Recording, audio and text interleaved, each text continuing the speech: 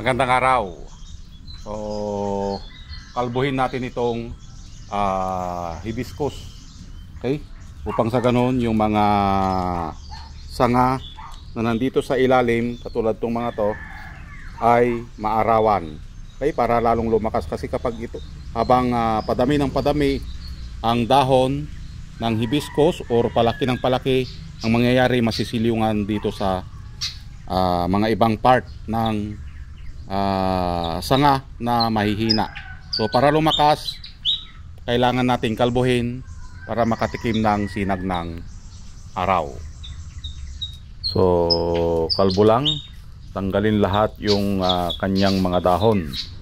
So napansin ko sa hibiscus, gustong gusto niya yung palaging nakakalbo at lalong lumalakas yung mahihinang sanga kapag ganito yung ating ginagawa. So after natin makalbo, ito naman ay i-rewire natin at i-wire yung mga sanga na bago para magkaroon siya ng sayaw. Kung natatandaan nyo, ito yung hibiscus na pinakapit natin sa bato. So ito na siya ngayon. Yon, at natapos na nga nating ayusan itong ating hibiscus. Ito na yung kanyang itsura. Yan. So kung mapapansin nyo, kumakapal na yung kanyang mga sanga. So mayroon na tayong mga na-wire dito. Yan. At dito sa butas na yan, mayroon na din siyang pasilip na sanga. So napaka-importante yung magkaroon siya ng pasilip na sanga dito sa butas na ito. Okay?